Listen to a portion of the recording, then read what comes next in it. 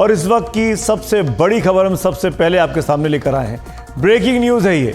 अरब सागर में जो जहाज अगवा किया गया था एमवी लीला, उसको भारतीय नौसेना ने एक सफल ऑपरेशन में सभी भारतीय नाविकों को मुक्त करा लिया है। 15 के 15 भारतीयों को छुड़ा लिया गया है। जहाज पर जो हथियारबंद लोग थे जिन्होंने अगवा किया था वो नहीं मिले। जब भारतीय कमांडोज ने, मार्कोज ने जब एमवी लीला पर अपना ऑपरेशन शुरू किया, उसके अंदर पहुंचे, ये तस्वीरें एक्सक्लूसिव तौर पर इस वक्त एनडीटीवी इंडिया के पास हैं। ये पूरे और रेस्क्यू ऑपरेशन की तस्वीरें हैं। एमवी लीला पर पहुंचे हैं भारतीय मरीन कमांडोज, मार्कोज जिनको कहा जा सकता है। इन तस्वीरों में आप कुछ लोगों को देख सकते हैं हिलते डुलते चलते हुए। ये वही भारतीय नाविक हैं, नागरिक हैं जो इस एमवी लीला पर सवार थे। ये एक कमर्शियल जहाज़ था, शिप था, उसको अगवा करने की खबर आई थी और अगवा कर सभी भारतीय जो थे 15 के 15 उनको सुरक्षित निकाल लिया गया है। हाईजैक जहाज़ पर मार्कोस कमांडोज का ये सफल ऑपरेशन हुआ है। सोमालिया के पास हाईजैक हुए कार्गो जहाज़ को लेकर ये इस वक्त की बहुत बड़ी खबर है। आज सुबह से इस खबर पर एनडीटीवी आपको सबसे आगे रखा हुआ था और पल पल की जानकारी आपको दे रहा था। इस जहाज़ पर लाइबेरिया का झंडा लगा हुआ था। बताया जा रहा है कि 5-6 हथियारबंद लोग इस जहाज़ पर अचानक छोटी नाव से आए और चढ़ गए। जहाज़ ने मुश्किल में होने का सिग्नल भेजा। भारतीय नेवी ने मदद के लिए अपने युद्धपोत आईएनएस चेन्नई को उसके पास भेजा था। उसके विमान ने जहाज़ के ऊपर से उड़ान भरी, मौके का जायजा लिया और चालक दल के सुरक्षित होने की तस्दीक कर दी।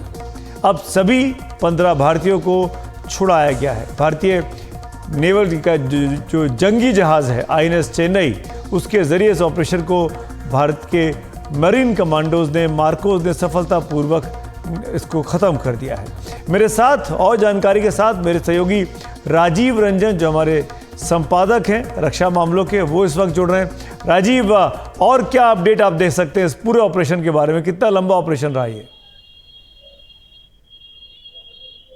देखिए, सबसे बड़ी बात है कि अपने समुद्री इलाके से बाहर जाकर अरब सागर में कई सौ किलोमीटर दूर जाके वहां ऑपरेशन लॉन्च करना और सक्सेसफुली लॉन्च करना, कोई नुकसान नहीं। और जो जिम्मेदारी नौसेना के कमांडो को दी गई थी, नौसेना ने उसी पूरी तरह सफल बनाया। आपको बता दें कि 4 तारीख की शाम को नौसेना को खबर मिलता है कि एक व्यापारिक जहाज जो है उसको अगवा कर लेने की खबर है। उसमें 4-5 जो है हथियारबंद लोग सवार हो गए हैं और उसके बाद जो है नौसेना जो है कार्रवाई करने के लिए आगे आती है।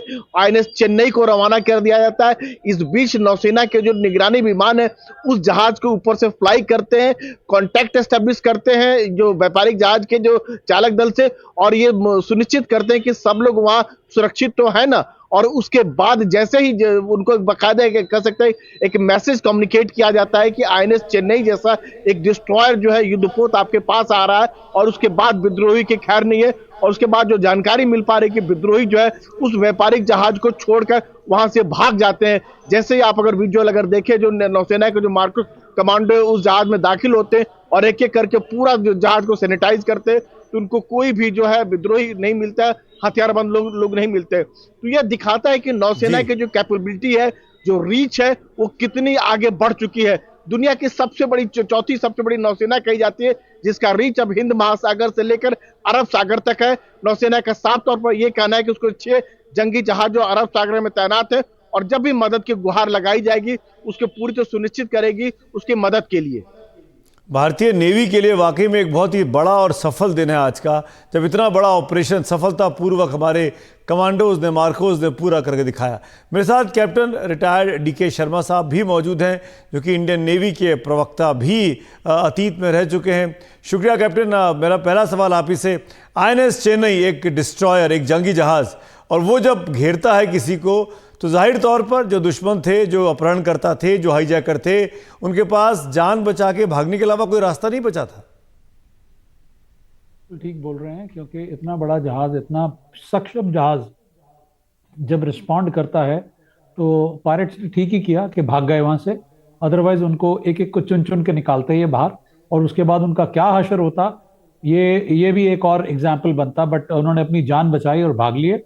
बट ये देखिए आप, सबसे बड़ा इंपॉर्टेंट इसमें मैसेज ये निकलता है कि इंडियन नेवी जो इस वक्त डिप्लॉयड है अरब महासागर में या गल्फ ऑफ एडन में या उस इलाकों में जहां पर वैसे ही बहुत ज्यादा खलबली मची हुई है, जैसे कि रक्षा मंत्री जी ने भी बोला था।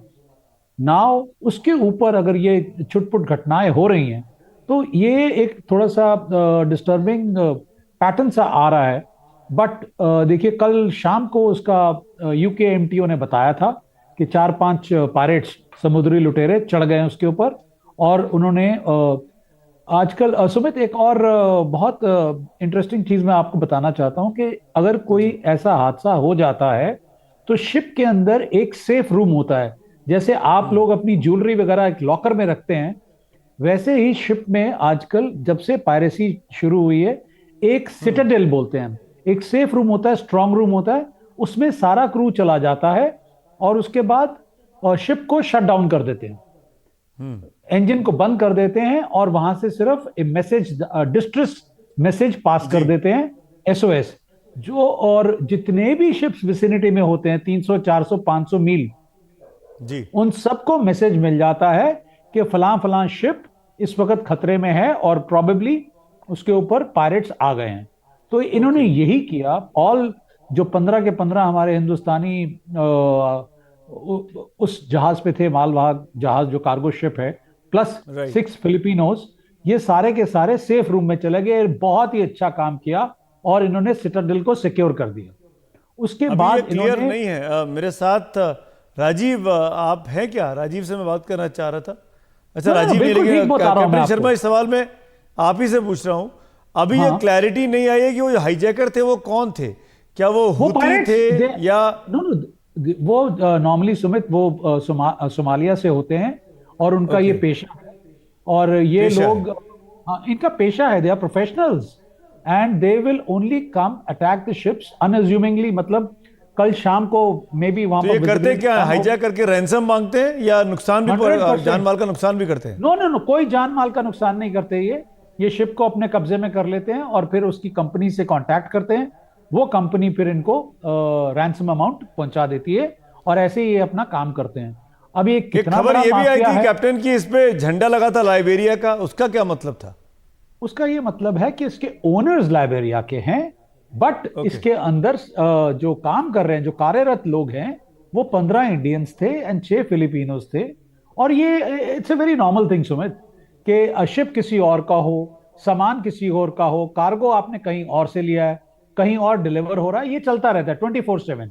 इतने बड़े बड़े शिप्स हैं। इंडियन नेवी के लिए इस ऑपरेशन को भारत के अपनी समुद्री सीमाओं से कई मील दूर जाकर, करोड़ों सैकड़ों मील दूर जाकर सफलतापूर्वक कर देना, ये कितनी हमारी प्रिपेयर्डनेस दिखाता है? एक लास्ट कमेंट आपका। Sumit, this is our bread and butter of the Indian Navy. Indian Ocean region में ही अगर आप सेफ नहीं होंगे तो फिर इंडियन नेवी का क्या मतलब है? You see the sea lanes, जहां से ट्रेड मूव कर रहा है, पूरा वेस्ट से ईस्ट कनेक्ट कहां से होता है? इंडियन ओशन रीजन से होता है।